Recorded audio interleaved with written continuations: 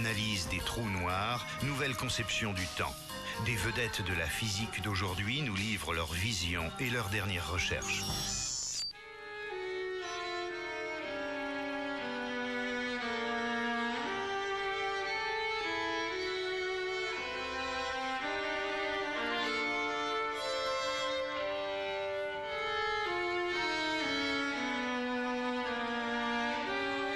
Temps, espace, matière, concept familier, bouleversé au début du siècle par le génial Einstein. Aujourd'hui, revu à la lumière d'imagination, de calcul, d'observation, par des scientifiques en vue, novateurs ou provocateurs, avec l'ambition secrète ou avouée d'accomplir le rêve du maître, trouver la théorie ultime expliquant tout l'univers.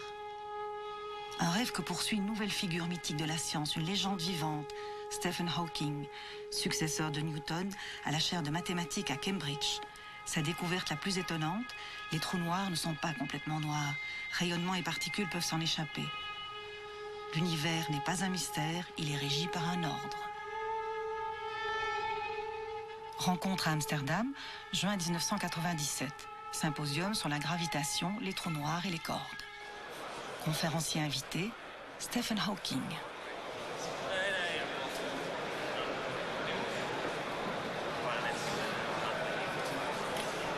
Hawking adore donner des explications à un vaste auditoire, malgré sa maladie incurable, une sclérose des neurones moteurs.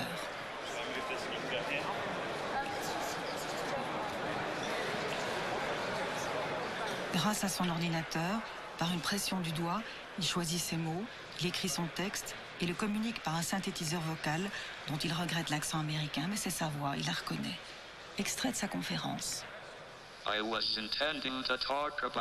Voit-on enfin le bout de la physique théorique? Voilà de quoi je voulais vous parler. Mais les organisateurs m'ont dit que ce sera les trous noirs. Ils se disaient sans doute, si les gouvernements apprennent qu'on approche de la théorie finale, ils vont supprimer les subventions. Donc je vais parler plutôt de la prédiction de l'avenir. L'espèce humaine a toujours voulu contrôler l'avenir, ou au moins prédire ce qui allait arriver. C'est pour cela que l'astrologie est si populaire. L'astrologie est ce qu'on appellerait maintenant une théorie rentable.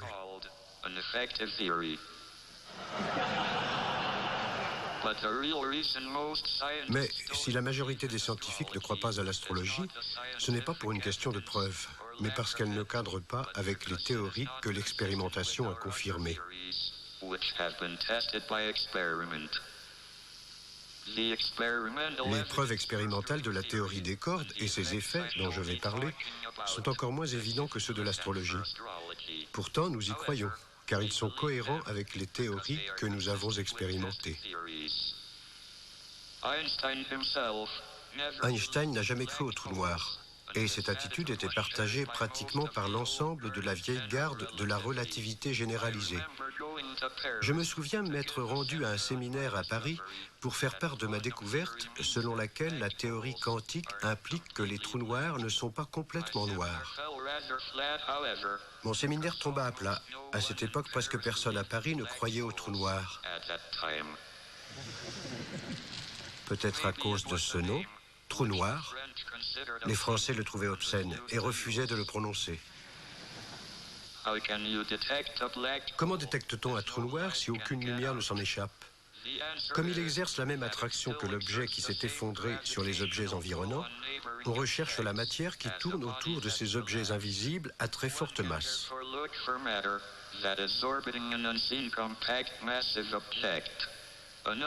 Plusieurs systèmes de ce genre ont été observés. Les plus impressionnants sont peut-être les trous noirs géants qui se trouvent au centre des galaxies et des quasars. Ce que je viens de dire des trous noirs ne pose pas de gros problèmes au déterminisme. Mais la découverte que les trous noirs ne sont pas totalement noirs, oui.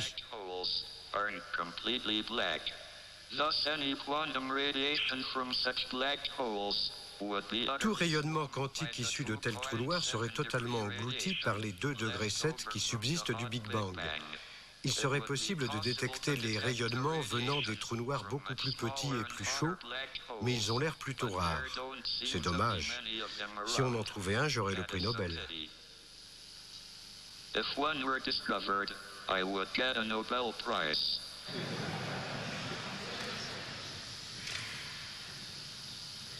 But last year, an important advance was made. Mais l'année dernière, on a fait une avancée importante.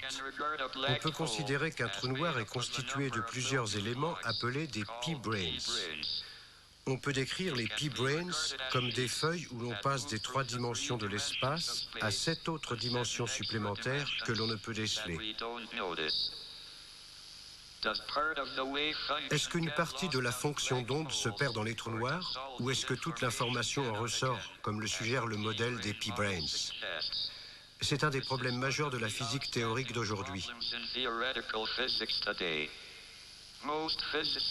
La plupart des physiciens veulent croire que l'information ne se perd pas, car cela signifie que le monde est sûr et prévisible. Rien d'inattendu ne peut s'y produire. Mais je pense que si l'on prend au sérieux la théorie de la relativité d'Einstein, on doit admettre la possibilité que l'espace-temps se replie sur lui-même en faisant un nœud et qu'une part de l'information se perde dans ses plis. Si le vaisseau Enterprise a réussi à passer par un trou d'asticot, on peut s'attendre à des surprises. Et je suis payé pour le savoir. J'étais à bord à jouer au poker avec Newton, Einstein et le lieutenant Data. Et regardez qui est apparu sur mes genoux. Sur ses genoux, il y avait Marilyn Monroe. Merci.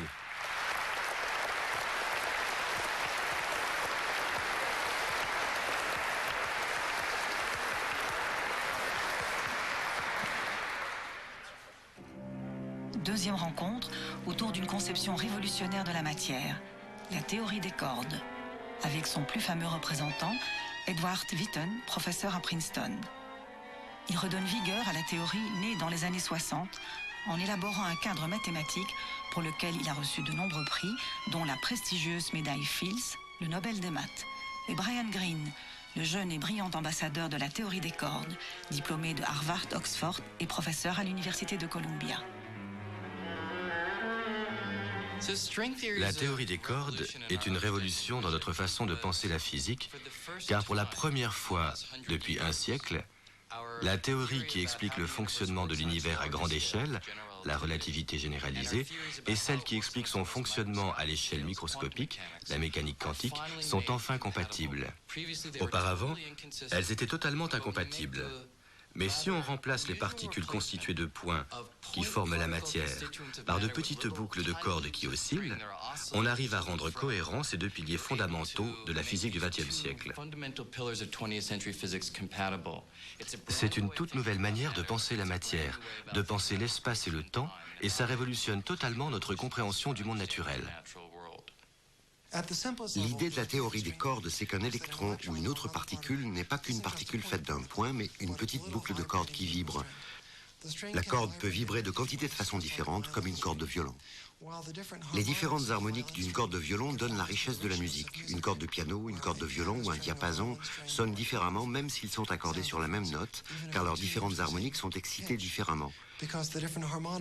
Ici, chaque état de vibration de la corde correspond à une particule élémentaire différente, quark, neutrino, électron, etc. Donc, comme la richesse de la musique, la richesse des particules élémentaires et de la plus grande part du monde naturel provient des différents états vibratoires de la corde. Selon la théorie des cordes, les constituants fondamentaux d'absolument toute chose au monde sont ces petites boucles de cordes qui oscillent. Pour bien se les représenter, il faut prendre n'importe quel objet, disons le bras de ce fauteuil. Et si nous devions l'agrandir, nous rencontrerions d'abord des molécules. En agrandissant un peu plus, on trouverait des atomes constituant ces molécules. Si on agrandissait ces atomes, on verrait qu'il y a de petits électrons qui tournent autour du noyau central constitué de protons et de neutrons.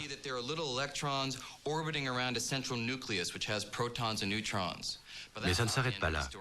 Si on agrandit encore, on verra qu'à l'intérieur du proton et du neutron, il y a 3 petits quarks. Pendant longtemps, on a cru qu'on y était. Les électrons et les quarks nous suffisaient à construire la matière. Mais maintenant, la théorie des cordes nous dit que si l'on va sonder encore plus profond, tout au fond d'un électron ou d'un quark, on voit un autre niveau de structure. Il y a une minuscule boucle de cordes qui oscille. Ainsi, les cordes sont à l'intérieur des constituants les plus élémentaires de la matière. Tout est construit à partir des cordes oscillantes. On peut se demander, il y a des électrons et des quarks, toutes sortes de particules. Est-ce qu'il y a plusieurs sortes de cordes? Non. En fait, il n'y a qu'une sorte de corde avec les différentes notes qu'elle peut jouer. C'est-à-dire que ces différents types de vibrations nous apparaissent comme différentes particules élémentaires. C'est une magnifique image unificatrice où tout est boucle de cordes oscillantes. En un sens, c'est comme si l'univers était une microscopique symphonie cosmique. Toute la matière et toutes les forces sont constituées de ces cordes. Comment prouver la théorie des cordes? C'est la question à $64 000, comme on dit aux États-Unis. L'idéal serait de prendre un morceau de matière et de l'examiner à l'échelle vraiment microscopique en l'agrandissant. Alors, on verrait de petites boucles de cordes en train d'osciller. Le problème, c'est que personne n'a les moyens technologiques de fabriquer un microscope suffisamment puissant pour cela. À la place, on a essayé de faire entrer en collision des particules élémentaires et de trouver des signatures indirectes de ces cordes qui forment la matière. Mais jusqu'à maintenant, aucune expérience n'a donné quoi que ce soit de concluant. On espère qu'à mesure que l'on comprendra mieux la théorie, on trouvera des signatures expérimentales claires qui pourront être testées. Malheureusement, pour le moment, on ne peut pas le faire. L'une des prédictions les plus importantes de la théorie des cordes a été l'idée de la supersymétrie, qui est apparue au début des années 70 grâce à la découverte de Pierre Ramon. Pour avoir ce qu'on appelle des fermions dans la théorie des cordes, il fallait une nouvelle structure qu'on a fini par appeler supersymétrie. En s'appuyant sur des mesures précises du CERN, les valeurs des diverses constantes de couplage, des physiciens ont pensé que la supersymétrie est applicable à la nature et qu'on pourra la découvrir dans les années qui viennent. Bien sûr, la découverte de la supersymétrie est l'un des buts majeurs des accélérateurs, tant en Europe qu'aux États-Unis et ailleurs. C'est l'une des grandes prédictions de la théorie des cordes qui, si elle est confirmée par l'expérimentation, stimulera le développement de ce domaine. L'une des prédictions les plus étranges de la théorie des cordes est que l'univers doit avoir plus de dimensions spatiales que celles que nous connaissons. Si vous sortez, vous pouvez aller dans une direction et en revenir, aller à droite et à gauche, ou sauter de bas en haut. Ce sont les trois dimensions spatiales fondamentales de notre univers. La théorie des cordes nous dit qu'il doit y avoir beaucoup plus de dimensions spatiales. En fait, dans l'état actuel de nos connaissances, on pense qu'il doit y avoir 7 dimensions spatiales de plus. Donc littéralement, on a 7 autres choix de direction pour se promener. Mais on ne peut pas en prendre conscience. Et ça n'a rien d'étonnant, parce que nos théories nous disent que ces autres dimensions sont enroulées très serrées, comme la bobine formée par un tuyau d'arrosage. On ne pourrait les voir que si on s'en approchait de très près.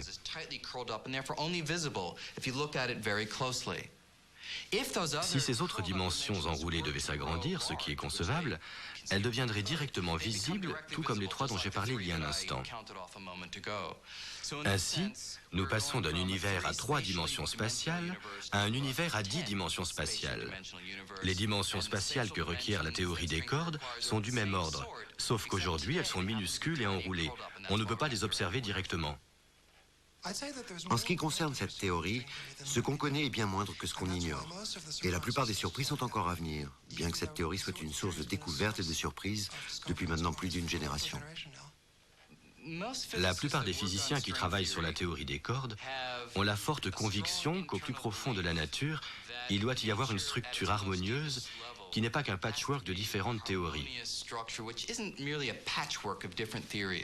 Mais la physique du XXe siècle est un patchwork.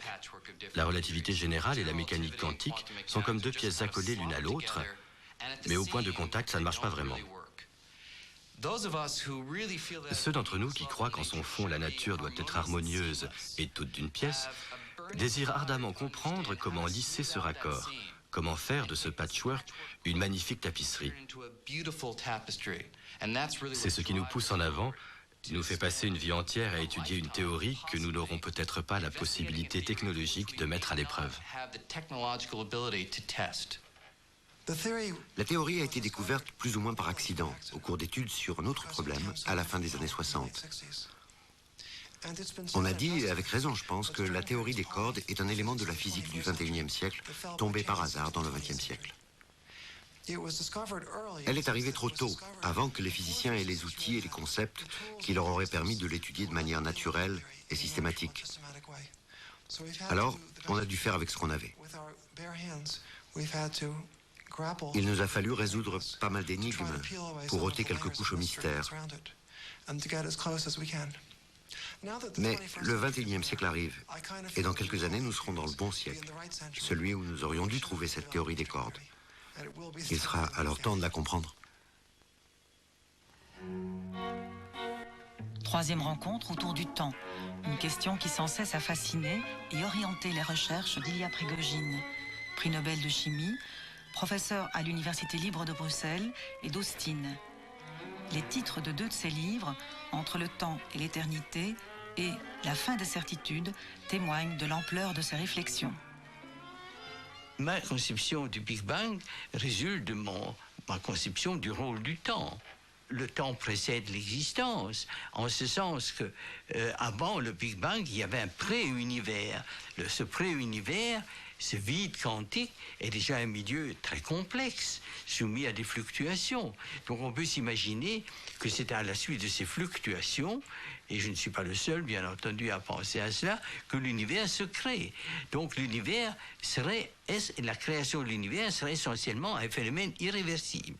Je voudrais aussi dire que l'idée que le Big Bang, c'est le point où toute la matière existante se ramènerait à un point, est évidemment une idée un peu simpliste.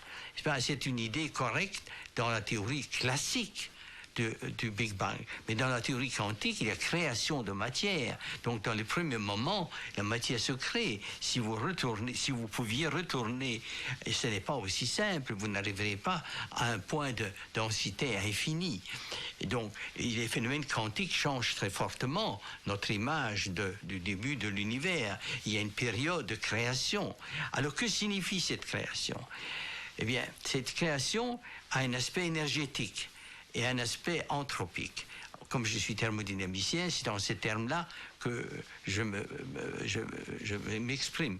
L'aspect énergétique. Mais l'aspect énergétique, et plusieurs personnes ont insisté là-dessus, est compatible avec l'idée qu'en relativité, il y a des énergies négatives. Donc des énergies négatives peuvent devenir des énergies positives en conservant l'énergie. Nous savons depuis Dirac que nous sommes dans un drôle d'univers, un univers qui contient des énergies négatives, qui contient des trous. Alors, d'une certaine manière, on peut même se demander est-ce que l'univers est un système isolé et il nage toujours ce vide relativiste quantique et nous ne savons pas si des petits Big Bang ne se produisent pas continuellement. Nous ne savons pas quel sera le futur de l'univers. Quand on vous apprend dans les livres de cosmologie qu'il n'y a qu'une solution, c'est que la mort de l'univers dans un temps X, soit par dilatation, soit par concentration, ça me paraît un peu naïf, parce que pour cela, il faudrait connaître très bien les raisons du Big Bang, et celles-là nous échappent. Mais l'aspect anthropique me paraît encore plus important, parce qu'avant, dans le pré-univers, les particules étaient des particules virtuelles. Ils vivaient un petit temps et puis mouraient. Après, nous avons des particules réelles. Et les particules réelles peuvent aller dans tous les sens. Alors, nous pouvons rattacher ça à l'entropie. Alors, l'entropie donc apparaît avec le Big Bang. Et dans ces conditions, le Big Bang est une explosion d'entropie.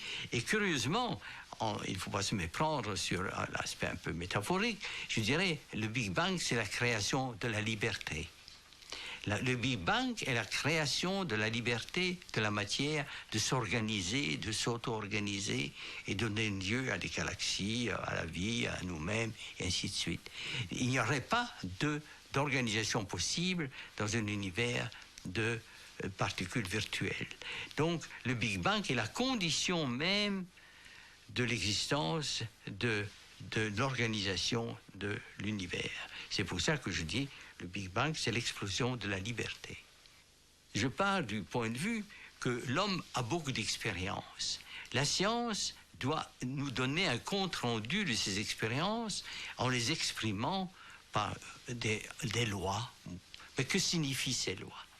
Eh bien, une expérience que nous avons, c'est l'expérience de la répétition. le soleil se lève à des heures prévisibles, la lune, les éclipses, les marées. Et c'est cette répétition qui a donné lieu, au fond, aux lois de la mécanique, généralisées ensuite par la mécanique quantique, par la relativité. Mais il y a une seconde expérience que nous avons, et sur laquelle les philosophes ont surtout insisté. C'est l'expérience de la créativité, c'est l'expérience de la nouveauté, c'est l'expérience de l'œuvre d'art, c'est l'expérience de Michel-Ange, de Mozart. Cette expérience est réelle. C'est l'expérience d'ailleurs dans laquelle la direction du temps joue un rôle fondamental.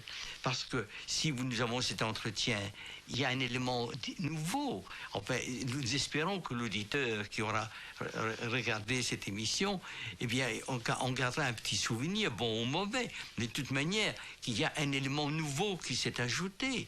Alors, c'est difficile d'imaginer que nous soyons comme au cinéma devant un film qui a déjà été fait et que nous assistons à ce film et nous ne savons pas qui va être tué et qui va tuer, mais celui qui a fait le film le sait, ce qui est la conception déterministe. Donc, l'univers est construction. Donc, nous devons arriver à formuler les lois de la physique en y incluant la flèche du temps. La flèche du temps est l'élément commun à tout ce qui est dans cet univers, la flèche du temps. Le mécanisme du temps est différent. Le temps évolue différemment dans le cerveau que dans un rocher, que sur une planète.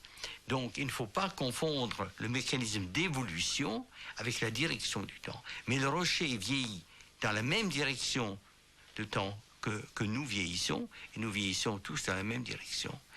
Alors, le temps aussi est ce qui différencie la physique basée sur le temps, permet aussi de différencier les structures, parce que le monde est multiple. Nous avons les pierres, nous avons la vie, nous avons l'homme, la nature est multiple. Comment cette multiplicité peut-elle apparaître?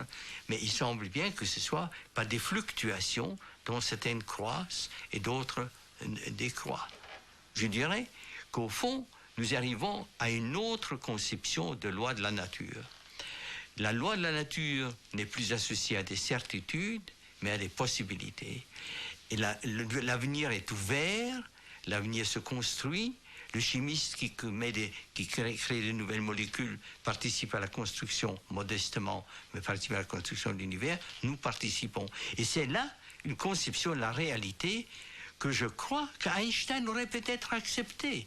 Parce que là, de nouveau, l'homme ne joue pas ce rôle extravagant que la mécanique quantique voulait lui faire jouer. L'homme fait partie de cet univers en construction. Mais vous voyez que, et c'est ça, je pense, et c'est bien entendu vrai ou non, les générations futures décideront, que c'est peut-être cela l'apport essentiel de la seconde moitié du XXe siècle. C'est un univers évolutif, un univers qui raconte une histoire, un univers que j'aime comparer quelquefois aux Mille et une nuits, dans lequel Scheherazade raconte une histoire, s'interrompt pour raconter une histoire plus belle encore. Un univers temporel, un univers qui ne sépare plus l'homme, dans lequel le temps ne sépare plus l'homme de la nature. Par quoi êtes-vous encore étonné ou qu'est-ce qui vous paraît terriblement mystérieux? Mais je partage les paroles de Valérie. Existence, mon angoisse. Pourquoi exister? Que signifie exister? Pourquoi exister comme cela et pas autrement? Ce sont des questions probablement auxquelles jamais je n'aurai de réponse. Il n'y a pas quelque chose qui vous aide à avoir une réponse? Non.